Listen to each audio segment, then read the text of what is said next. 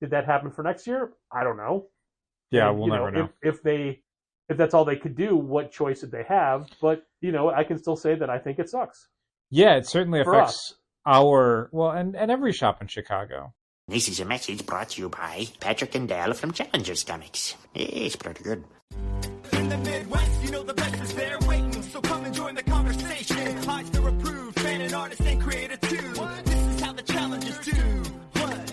Keep the conversation moving along. Keep reading comics, keep your local store strong. It's smart and it's a job for the Challengers. What? Comics and conversation, y'all. From Challengers Comics in Chicago, this is Contest of Challengers, a comics industry business podcast with Patrick Brower. Patrick Brower. Patrick Brower. Patrick Brower. Patrick Brower. Patrick Brower. Patrick Brower. Patrick Brower and W. Dal Bush. W. Dal Bush. Dal Bush. Dal Bush. Dal. Dal. Dal. Dal. W. Dal Bush.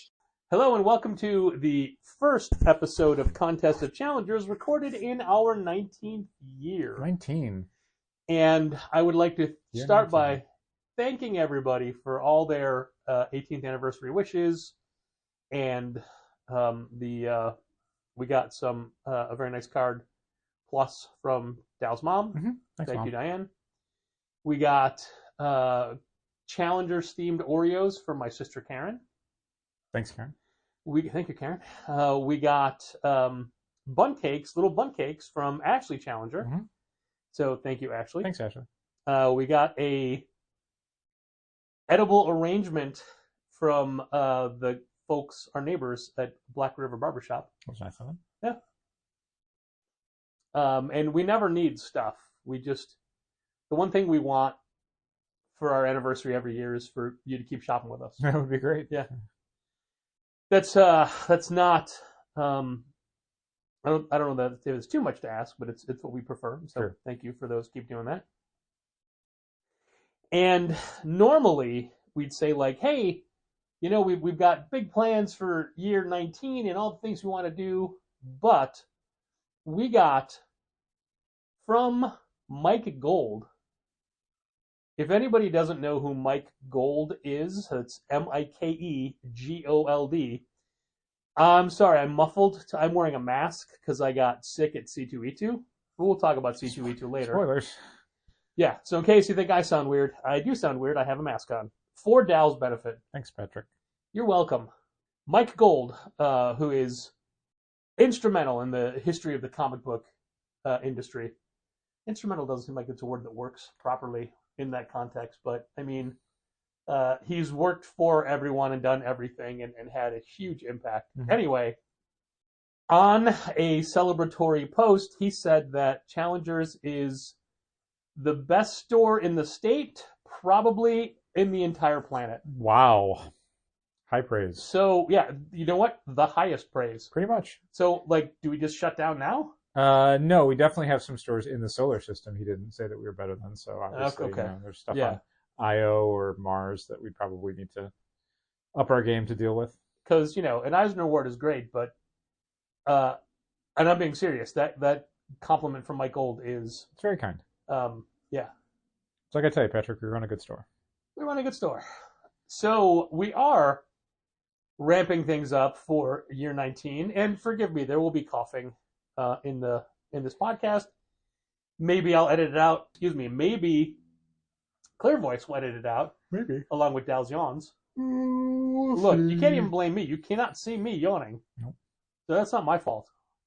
I realized that at the time people listen to this episode, Challengers has pretty big events for the next 5 Saturdays. Wow. Yeah, starting on April 11th and going through... So big I got to work on one of them. I know, right? 2 of them. 2 of them, yeah. We'll see. Yeah, so starting on April 11th, Sarah Beacon will be joining us on April 11th for a cocktail party for the release of Let's Make Cocktails. We will be having, hopefully, 2 cocktails for people to enjoy regularly. provided I figure out how to batch them and which ones we're actually doing, Mm-hmm. and then get everything ahead of time. And Let's hope. yeah, it's a lot of. I've never batched anything before. Oh man, I should send the recipes to James Zark and say, "Hey man, how do I do this?" Yeah, I may actually do that. Just times everything by like 4. Yeah, what 4? 4 drinks? No, like 4 bottles. Oh, okay. Yeah. I mean, that's well and good, but we also, where do we put it? We don't have containers to hold massive quantities of beverage. Sure, there's jugs you can get. I'm going to need you to drain all those 2 liters. We're just going to use those bottles. Okay. I don't think people will mind a residue of Diet Coke. No, Also, I just thought of that as a joke, but maybe. maybe. I do go through 2 liters of Diet Coke pretty fast. That is at 5 p.m., 5 to 8 on the 11th. We will have copies of Let's Make Cocktails available. And also, if you get Let's Make Cocktails from Challengers, you get an exclusive print that Sarah has made for this event. Neat. It is a lineup of a lot of the cocktails in the book. Mhm. It is not like it doesn't say Challengers on it anywhere, but she has made it for this event. Sure. Also, thank you, Tensby Press, for helping out with all this, and everyone at Penguin Random House. Very cool.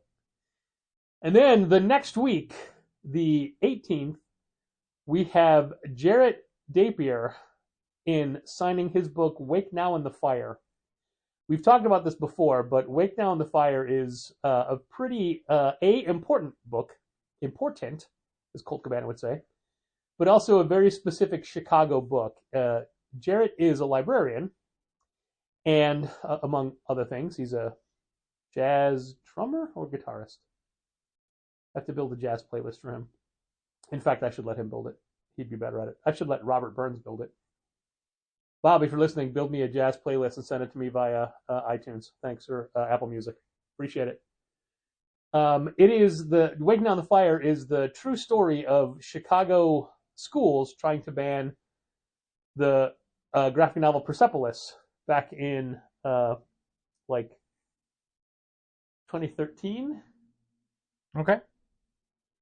It is a very Chicago-centric book, and I think it's a big deal. So once we found out that he was Chicago adjacent, we reached out to him and said, "Can you please come and do something?" Yeah, it was nice stuff to say. Yeah, I think it's it's. Is it an activist book? I mean, kind of, but Sure. it's a true story, and it's by somebody who's in that field, Mhm. and it's also Chicago-based. Yeah. So while it's neat to point to the hardcover IDW Godzilla vs. Chicago book and say, look, that's when the Dave Matthews Band emptied the septic tank of their tour bus into the Chicago River and into an architectural tour boat underneath it, Mhm. which is a fun Chicago anecdote. This is a major point in censorship and history Mhm. happening in Chicago. Yep. Happened in Chicago a little over 10 years ago. So it's authentic, but local. Sure. I'm chewing my cough drop, and it's echoing in my head, Mhm. so it makes me think it's super loud on the podcast. But It's loud in real life. okay, I can't tell what you can hear. I don't have your ears. The week after that, which would be 8 plus 7, so 25. Does that sound right to you? Sure. Yeah, 25. It is Independent Bookstore Day, and Challengers is part of Independent Bookstore Day. And we will be stamping passports and welcoming in book lovers from all over. We're part of a trolley tour as well. And the tickets for that are available online. If you just look up Chicago Independent Bookstore Day trolley tour, I should really get a more specific link to that. Mhm. Also, got a cough again. And that is happening all day on the 25th while we're open 11 to 5. The week after that, of course, Dal, Free Comic Book Day / Comics Giveaway Day 2026.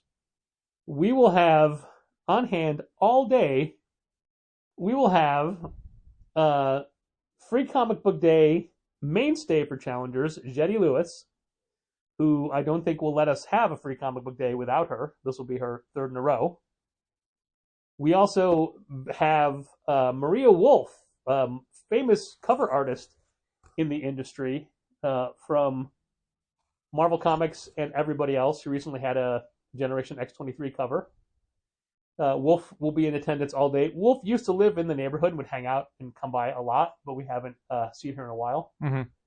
I mean, we saw her over at C2E2, but she hasn't been in the store in a while, so we're very happy to have Maria Wolf. And we also have Webtoon's creator of a vampire book, whose name I can't remember, Sean Lenore, will be with us.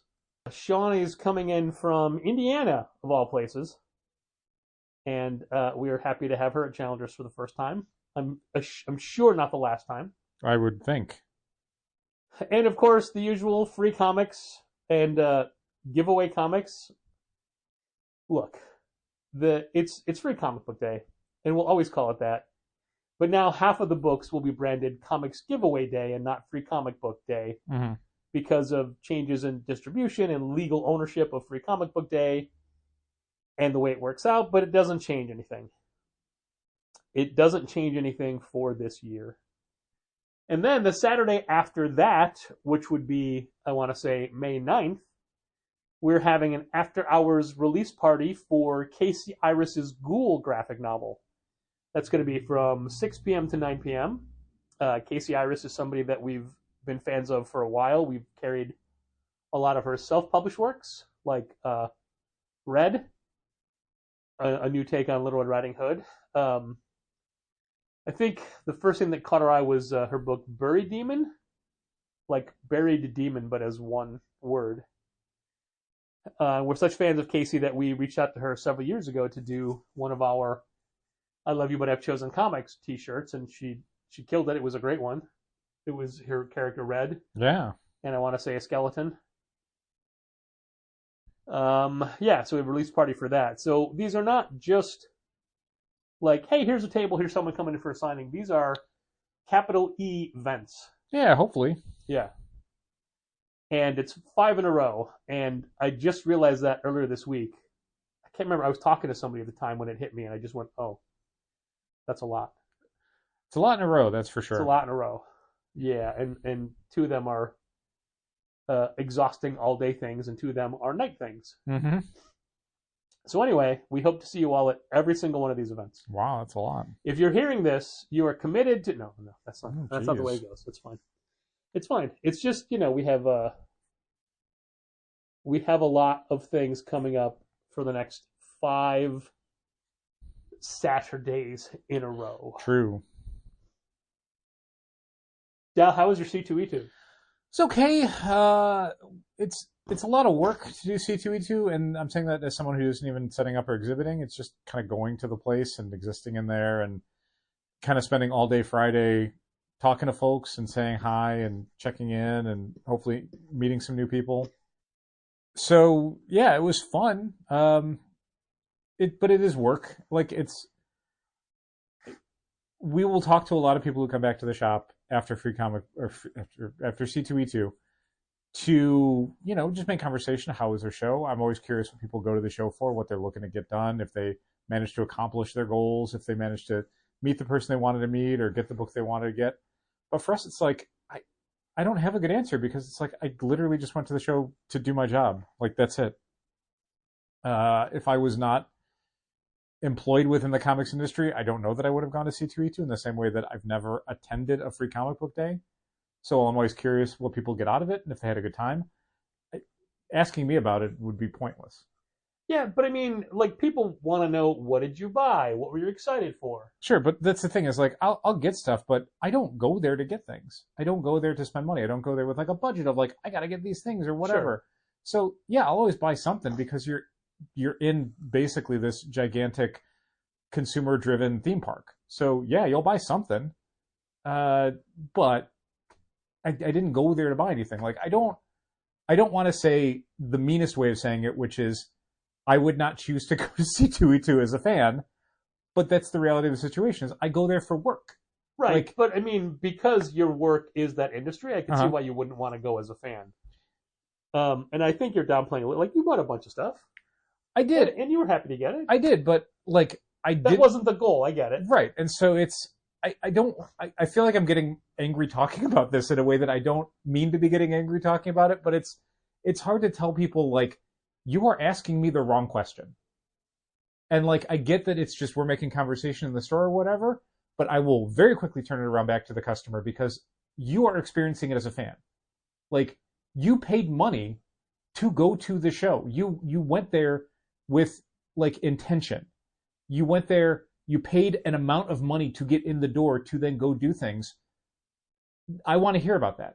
Me, I paid money to get in, but I paid a nominal fee to ReadPop for a pro badge to go do my job. A lot of the things that we do, I can't even give you good answers. I'm like, oh, well, did you set up an event? Did you find some new vendors? And it's like, all of that stuff is very nascent. It's nebulous right now. Yeah, it's embryonic. We're not. Hopefully, we made a connection with somebody that we can then turn into a new product line, an event, a signing, whatever. It's very little of it is, yes, we lock stuff in and we're ready to go, because that's not what that show is. Because even the people exhibiting there, you meet somebody, a creator that you're a fan of, or that you think your customers are a fan of, that could do well in your store, and not only could your store do well with them, but they could do well by showing up. But they're there to do a completely different job. So almost everything is, here's our card. When the show's over and you've decompressed, contact us. If you're back in town for something, keep us in mind.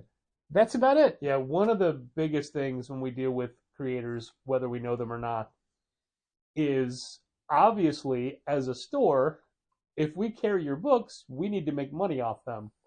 So we always say right away, like, do you wholesale to stores? Mm-hmm. Because you're here to make money, and we're here to, we're not there to make money, but we're here to hopefully make money off of you in the future. But that means you have to be willing to make less than what you're making at this show on your product. So as a result of that, we never want to buy from somebody during a show, because we don't want to take away the product that they could sell for full price. Correct. When they may need to sell it later. I don't want someone to sell out and be like, oh, well, if I hadn't sold it to those guys for half off. Yeah, if I didn't sell them 6 copies at half off, I would have had these 6 copies to sell for full price on Sunday. Yeah. So it's a lot of exchanging information and saying, we'll talk after the show. Yeah, for us, C2E2 is like a cocktail party, basically. You're hopefully meeting a bunch of people, or connecting with people that you've met before, trying to make a good impression, and hopefully creating some sort of bond that then can be turned into something mutually beneficial in a business capacity down the line. It is not to meet a lifetime hero, or buy a whole bunch of board books, or finish a collection of whatever. That's not what I go to C2E2 for. Like, while there's a version of me that could do that stuff, C2E2 is a better use of my time to do my job than it is to approach it as a fan. I can't really do both. There's not enough hours in the day. So yeah, I approach it as a professional first and a fan a distant second. So, asking me how the show was for me, it's like asking me how my job was. I don't know, man. I guess good. I guess my job was good. Also, you have to understand that everybody wants to ask that question. So when you turn it back on them, they're answering it one time. You're answering it for a week. Kind of. My experience is a little bit different than yours, as I like to meet heroes if I can. I just don't care a whole lot. Like, even if, like, I've met a few people at different shows over the years. Like, I met Art Adams at a few different shows, New York, but I've seen him at other shows. And he's one of my all-time favorite artists, but, like, the reality of the situation is, like, what can you do with that information? You know what I mean? Like, I can tell Art Adams, oh my God, you're one of my favorite artists, and I can buy stuff from him, and I can get something signed. But it's like, all right, how many times can you do that? Like, how many times can you just tell him, like, you're my favorite artist? Like, where are we going with this?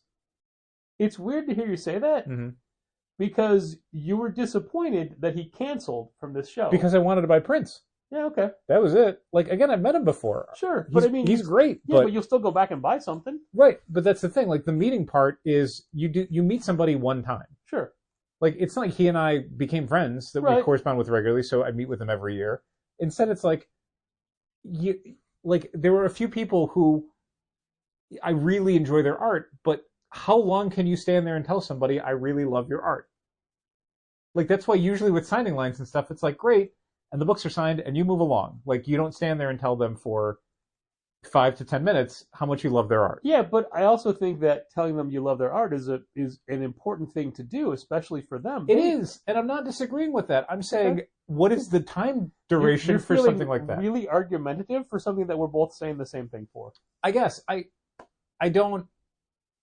I guess for me, just the top line statement is, I don't really care if I meet a lot of people in the industry. Like, this goes back to something that we've talked about before for other shows and other events, is that we're all in the same industry. Sure. No, I get it. And you're there doing your job and they're peers and everything, but it's nice to meet Russell Dodderman and say, hey, we love your art. Right. Yeah. That's all. Sure. But again, that's the thing that's short, and then we move on. Sure. Rather than but I think it's important for them to hear it as well. Sure. And I'm like, I feel like we're talking past each other in a way where, like you said, we're agreeing, but we're sort of, you absolutely should go tell people that you love their art. Like, artists need some sort of, especially people who work in isolation or don't normally get to meet with their fans. The value of meeting your fans is essentially the idea that your work has merit, has value. Yeah. Yes, do that. Yes, buy stuff from them. For me, I do that one time. That's it. Okay. Yeah. By the same token, if you don't get to do it, you don't care. No. And I was disappointed because on my list, as we talked about previously, was meeting Paris Cullins. Mm-hmm. I loved his work growing up. I read his Blue Devil and his Blue Beetle. I remember them when I was in high school. They made a lasting impression on me, and I really wanted to. I was willing to spend all my money at his table, sure. Like if he had pages, if he was doing sketches. I don't buy prints. I'm not a print guy. I usually am not, but I'd redecorated this year, and so suddenly I had a bunch of space for prints. So I'm like, oh, I'm going to a comic convention. I should buy a bunch of prints. And I did. So I went to his table, T11, on Friday, and not only was he not there, there was nothing set up. It was just a blank, empty table. Just a white tablecloth table with the pre-printed C2E2 sign that says Paris Cullins. Like, okay, he's not here yet. It was early. It was like one of the first things we did. Mm-hmm. Well, I went back a bunch of times on Friday, and he was never there. He had never set up. And I kept checking the cancellation lists, and his name wasn't on it, so he hadn't canceled. I'm like, all right, well, I guess he's just not here. I didn't go on Saturday. I went back to the show on Sunday just to do favors for other people because I'm selfless. And same thing, just an empty table. I'm like, all right, Paris Cullins was just a no-show. No big deal. I didn't miss him. He just wasn't there. That's what I thought until later that night on Instagram, I saw a photo of Mike Norton getting to meet Paris Cullins at C2E2 on Saturday. Uh-oh. So apparently he was there, but just on Saturday. Mm-hmm. So I didn't get to see him. Sure. So I'm disappointed by that because he sucks. was here, and what are the chances of him ever coming to a Chicago show again? I mean, he hadn't yet. Maybe next year. Maybe it's such a good time he'll do 2 days. That'd be great. As far as work goes, we were both on a getting manga in your store panel really early on Friday, which was underattended. It was 11 a.m. on a Friday. I think that's the about show as, just opened. Yeah, most people have a lot of things they want to do that are not immediately going and sitting and watching a panel. So yeah, I expected that to be underattended, and it was. And then I was on a panel in the afternoon about the road of a comic from creation to comic shop. And then I rounded out the day on a comics and metal panel hosted by Don Cardenas and featuring local friends and creators of ours, Marcus Anasso, Tyrell Cannon, Mark Bouchard, and Jimmy G, the guy that does Fight Frogs, who is not local. That one was a lot of fun and the biggest attendance. I felt a little bad because I was on my phone a lot during that panel because I kept getting texts from the people working the store. Uh-huh. So those take precedence. Those need to be answered. Sure. But what I did learn from that is 3 panels is too many in one day. And me going back on Sunday is never a given, so I don't commit to any Sunday panels. But my rule has always been, if you ask me to be on a panel and it's a Friday and I'm there, I'll do it. But now I think that rule's going to change. Sure. Because it was constantly like, all right, well, we're on the show floor for 15 minutes, or I'm sorry, for like 45 minutes, now we got to go. Yeah. Come back, walk around 2 hours, got to go back up to a panel. And it's not like the panels are next door. Like, they're a hall. I'm not a fast walker. Yeah, and I mean, just anytime you have to move to and from the show floor is a problem, because there's going to be people in your way. There's going to be aisles you've got to get around. There's going to be booths. And even just the show floor is a pretty massive, cavernous space. It's just getting from one corner to the other, if you're staying on the show floor, takes a while, let alone leaving the show floor, getting on the escalators, going upstairs, trying to find your panel room. It's not a short process. That Comics and Metal panel was all the way at the end of the hall. Sure was. I would have tried to go a whole different way if I realized that.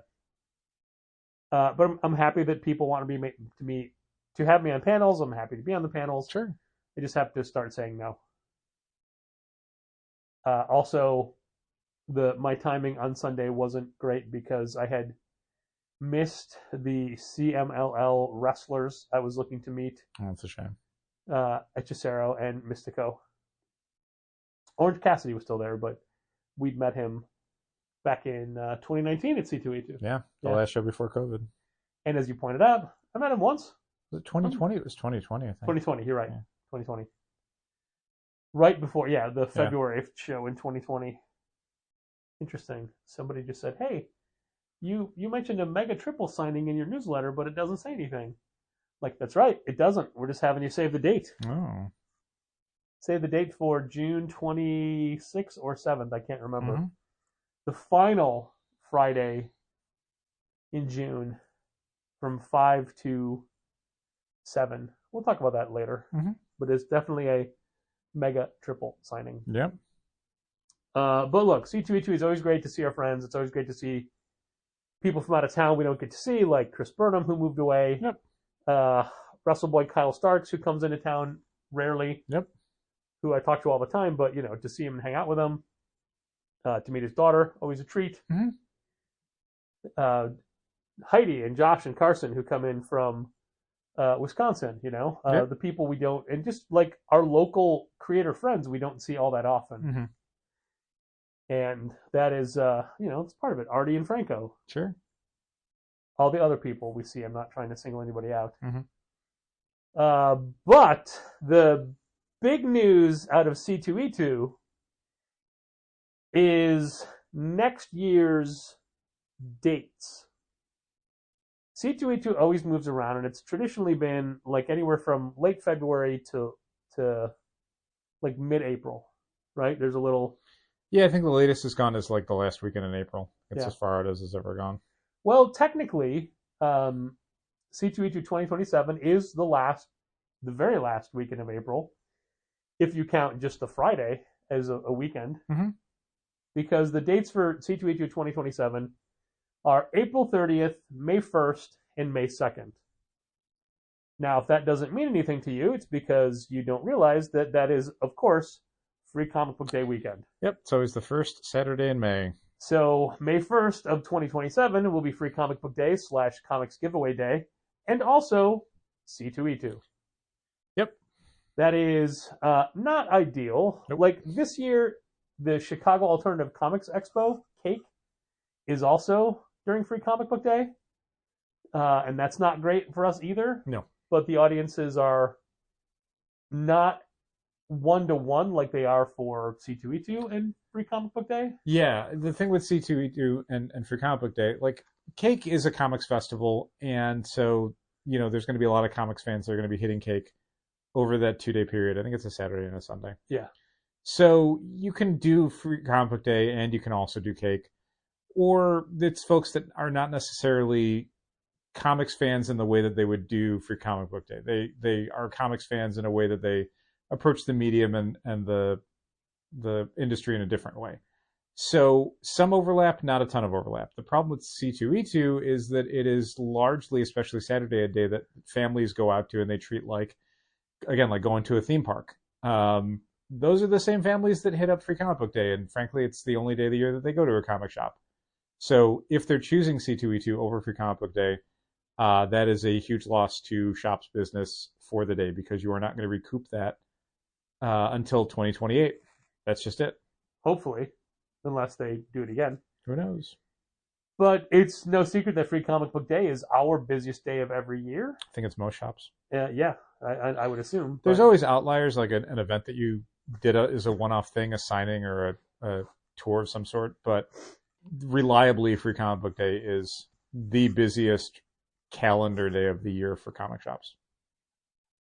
Cake did affect us a little bit this year, because the first couple of people that I asked to exhibit at Challengers for the day already had cake commitments or were waiting to see if they were getting into cake. Yep. So they didn't want to commit to us. Which means we're probably going to have some similar issues with people for Free Comic Book Day next year. I mean, I have a plan. Like Wolf, yeah, we talked about it, but Yeah. I'm just for people listening. Like Wolf is somebody who we have this year for Free Comic Book Day, but we will probably not have because she was set up at C2E2 this year. So if she's doing C2E2 next year, we will not have her for Free Comic Book Day.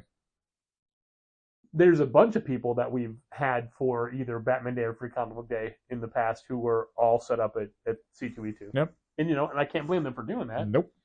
But also, I can imagine that I don't know how stores would be able to do both. If you are someone who sets up at C2E2 regularly, how can you run your booth at the show and run a successful Free Comic Book Day? Yeah, because Saturday at C2E2 is the day that you will need the most people working your booth. It's the highest attendance day of the 3-day show, while at the same time, Free Comic Book Day is the most amount of foot traffic you're probably going to have for your store for the entire year. So you need maximum staff at both your booth at the show and your store. And maybe you're lucky enough to be, highly staffed enough that you can afford to have 2 full stores worth of staff working 2 different places. I can't think of any store that has that. Now, I don't run conventions. I don't have to worry about what it takes to set up and organize one, and I'm sure that there's legitimate business reasons behind this date decision. I'm sure it's a situation of like, that's the only date they would offer us, regardless of the near 20-year business relationship that Reed Pop has with McCormick Place. Mm-hmm. I'm sure to my knowledge, it still seems very McCormick's like, take it or leave it. Here's your dates. Did that happen for next year? I don't know. Yeah, and, we'll never know. If that's all they could do, what choice did they have? But I can still say that I think it sucks. Yeah, it certainly For affects our and every shop in Chicago. Yeah, because again, even if you're not a store that's setting up there, a lot of your potential attendees for Free Comic Book Day are going to C2E2 on Saturday, and C2E2 is not the sort of thing that you do for half a day on Saturday. People are going to be there for probably the entirety of most stores' Free Comic Book Day activities. Yeah. You're not going to get people like late in the day or early in the morning. They're going to be at C2E2 all day. That's it. You've lost them for that day. So stores are going to have to figure out what alternatives they have. Maybe you do it for Saturday and Sunday for Free Comic Book Day in your store. Maybe you do 2 consecutive weekends worth of it. Maybe you do a bunch of other things to try and figure out how to get that attendance back in a different way. Maybe you just don't. Maybe stores just lose a few too many thousands of dollars because C2E2 is their direct competition and is pulling in a huge amount of casual fans, which is what Free Comic Book Day is basically all about. Shout out to regular listener Alex Chung for being the one who alerted me to the posted dates, which I immediately went to look up and was right there on the pop for site. Mm-hmm. And you and I have already spent a lot of time talking about this, and we have 13 months to figure it out. Yep. I did hear, and this is just conjecture. This is just secondhand. Mm-hmm. I had heard from another retailer who had heard that Reed Pop is already tired of hearing retailers complain about it. But all I have to say to that is, we just started. Yeah, I mean, I'm sure a lot of stores don't necessarily know this is happening yet, and they will slowly find out over the next few months. I mean, we'll do our best to make it work, but I never thought it would be a situation of like us versus them. Yeah, I definitely have a different feeling about next year's show than I did the past year's shows. The only thing I think I would have wanted would have been them to reach out directly and say, hey, just so you know, this is happening. Which, I know they're super busy. I know they got a ton going on. yeah, I mean, it would have been nice, but at the same time, it would, it was not a discussion. To my knowledge, This was not a thing where they went to stores and said, like, hey, how would you feel about this? How would it work for you? What would your customers think? Whatever. Like you said, it's probably just a situation where McCormick said, if you want a show in the first half of 2027, this is the weekend you can have.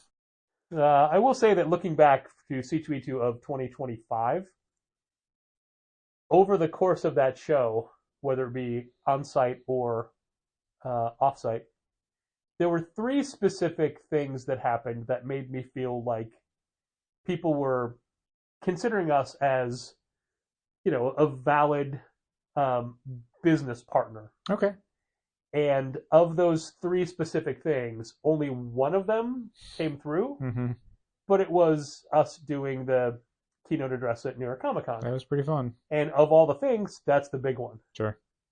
Another one was a cross promotion with a company we're big fans of, just didn't pan out. And another was a potentially paid opportunity for me to be working with a company that eventually the person who had offered that wound up leaving. Yeah. So, I understand why those things didn't work out. Sure.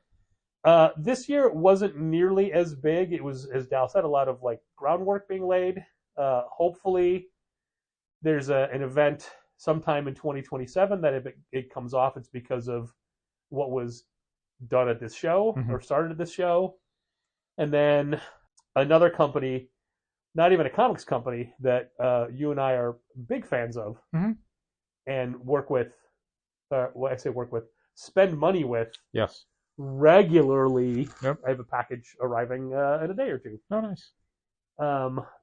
Wants to work with us on something that we'd actually talked about years ago, but previously I thought they wanted us to work with them for like being liaisons or connections, but no, they want us to be a part of this whole situation. Which is neat. Yeah. So, I mean, that kind of stuff feels good. Sure. But it's always like, well, let's wait until it happens. Right. But that is enough C2E2 talk, unless you had more. I did not. Okay, just checking. This is a very weird week for Pangram Random House deliveries because we got the books that went on sale this Wednesday from PRH. We got them on Monday and later on Monday too, right? Yeah, like 2:00, I think, something like that. Often, we say 2:00, but that's kind of late because normally we like to get our books like around noon, right? Or early. Sure. I like getting them at 11. So we got this week's books on Monday, but we got next week's books on Thursday. 3 days apart. Crazy. Right? Neither of them was the normal expected Friday delivery. Nope. So this just goes to illustrate how impossible it is to predict when things happen, how to structure your week, how your tasks can get done. It's been, 3 weeks of Mondays in a row for you? Of something coming on Monday, yeah. 2 Lunars and a PRH? Yep. Yeah, it's always a dice roll, Mm-hmm. You're never quite sure. And I haven't gotten any tracking for Lunar for this week yet. Nope. So that means it may not come tomorrow. Correct. So that would be nothing on a Friday, which was incredibly weird. Mm-hmm. We just want consistency. Yep, that would be great. All right, Dal, let's talk about Daredevil #1. Okay. Here's why I want to make a big deal out of Daredevil #1. Mm-hmm. A new Daredevil #1 is not that big of a deal. It happens like almost yearly now.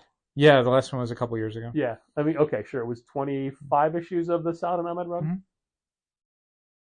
And the way Marvel turns over series and has new #1s for established characters, it's never a big deal. It just happens. Yeah. It's just like, hey, we're doing it again. We're Sure. doing it again. We're doing it again.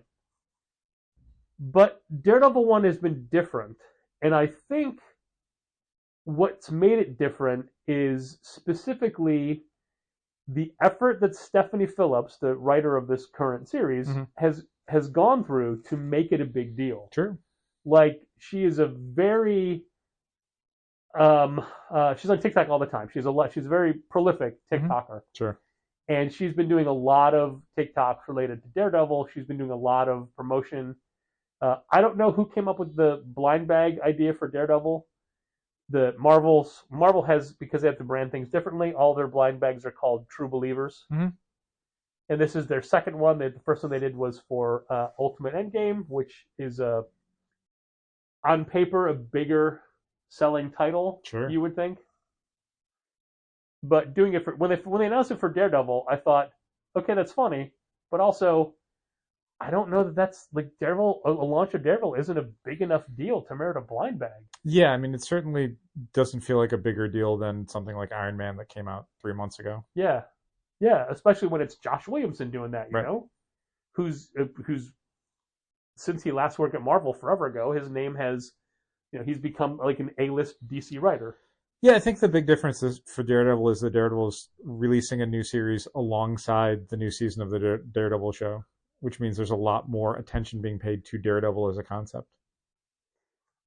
I don't know that I took that in consideration, just because I don't feel like Daredevil Born Again Season 1 was a thing that people really talked about. I hear about it all the time from people, and there's so many I hear Season 2 now, yeah. There's so many write-ups on pop culture sites and stuff. It's not a show I watch. I didn't really enjoy what I saw of the last season, but people are constantly talking about it. It's coming up in conversation a lot, so I think it's probably more driving sales for Daredevil than like anything else that Marvel has driving sales for any of their books right now. But we went what I thought was pretty high on the Daredevil blind bag. Oh my god. I mean, collectively across all the covers and stuff, I think we probably ordered, I don't know, maybe 3 times what we were ordering for the last issue of Daredevil that came out. Probably. The last issue of Daredevil, like Daredevil was never a big seller for us, but that last series just hemorrhaged readers. Yeah, by the final issue, I think, we probably ordered 3 to 4 times that final issue what we ordered for Daredevil #1. We sold out of the blind bag yesterday, first day release. Yep. Which neither of us expected. It's certainly not what I ordered, but yeah, it's we could have limited it more. A lot of people were buying 2s, which means you're selling to half as many people as you thought you were going to be selling to. Yeah. But I never ever want to get caught holding copies of a blind bag anything. I think they're fine to have on the shelf for the first week of release, but I don't want a stack of them on the shelf. I don't want them to be the only way people can read the book. I would rather have something that people can open up and look at instead of buying blind. Now, obviously, the real test of how this works is sales for issue 2, sales for issue 3. Yeah, the thing is, a lot of people who are buying multiples of the blind bag will not be buying multiples of Daredevil #2 or 3. They might not even buy any copies of Daredevil 2 or 3. They wanted the blind bag. They don't really care about the book. That's every #1. There's a drop off of 15 to 60% between issues 1 and 2 of every series on the shelf. You're always going to lose some people between 1 and 2. They're going to try out 1. They're not going to read it, which means they're not going to read issue 2. And sometimes they're not reading it because they were collecting it or speculating on it. Sometimes they just haven't gotten around to it. So you're going to have someone who buys issue 1, takes 4 months to read it, and by the time they read it, it's like, well, you've missed 2, 3, and 4, and some of those were sold out of now. So they don't jump on the rest of the series. Yeah. I'm trying to think that what would my buying habits be? And I wasn't, the last time I was really buying comics off the rack was when I was in college. Mm. But if blind bags were a thing, and it was a book that I'd signed up for, I think I would have done an A cover and a blind bag. I can't think that I would do any of the blind bags, mostly because there's always a chance you're going to get like a Greg Land cover. Yeah. Some other thing, and it's like, well, this sucks now. I did get the Greg Land cover. You did get the Greg Land cover. And we have one on the shelf, and I don't think it's ever going to sell. And it's probably that one. Probably, yeah. I mean, Daredevil's barely on it. It's mainly like Luke Cage and the Defenders, and also a little Daredevil. It's not the one you'd want if you were randomly getting a cover. Yeah, I don't think I would ever go in for a blind bag because I don't. The opportunity to get a sketch cover or a signed cover doesn't really mean anything to me. Like getting something from a creator, being involved in that process, meeting them, that's significant. But something that's just, a collectible or whatever, maybe I sell it online, maybe I make some money, but that's not why I buy it to begin with. Sure. Yeah, but so far, and again, it's been 2 sales days. The demand for Daredevil #1 in this new iteration is significantly higher than I would have expected. Yep. And hopefully people like the book. Aaron Cooter drew the last one, and he's a good talent. Yep. He's doing Stephanie's other book right now, Planet She-Hulk. Yeah. Yeah. So yeah, it was just I think that the difference is just the relatability of the creator and how, like, I think that this is a hit despite Marvel. Okay. Like, it's not, they don't do the TV shows. They have no control over that. And this whole iteration was conceived of and brought to Marvel by Stephanie Phillips and Lee Garbett together and said, we want to do this. Yep. So they petitioned and got that job. And then, the blind bags on top of it, obviously a big help for getting eyes on it. But, does it last? I don't know. But anyway, congratulations to them for building. I really feel that Daredevil's a book that they willed into existence. Pretty much. Yeah. I'm winding down. My voice is terrible, and I keep coughing. Is there anything else you wanted to touch on? Nothing I can think of. Right. This is a shorter episode than normal, but I blame illness, and it's a decent length now, but once I edit all the coughing out, we're gonna lose 10 minutes. It's gonna be a little shorter. So, did I cover everything on my list? Yes, I did. Is there anything else that I didn't write down? Probably, there always is, but it's not written down, so who knows? Thanks for putting up with my coughing. And keep reading comics. Dan hasn't been sent here today to send a very nice very thank you from Challengers Comics. And as a bonus, Dan shall send his gratitudes by cursing our enemies. This has been Contest of Challengers. Thanks for listening. Keep reading comics. Challengers is located at 1845 Northwestern Avenue in the Bucktown neighborhood of Chicago. 773-278-0155. Keep up to date with new releases and events at challengerscomics.com. And help fund this podcast at patreon.com/challengers.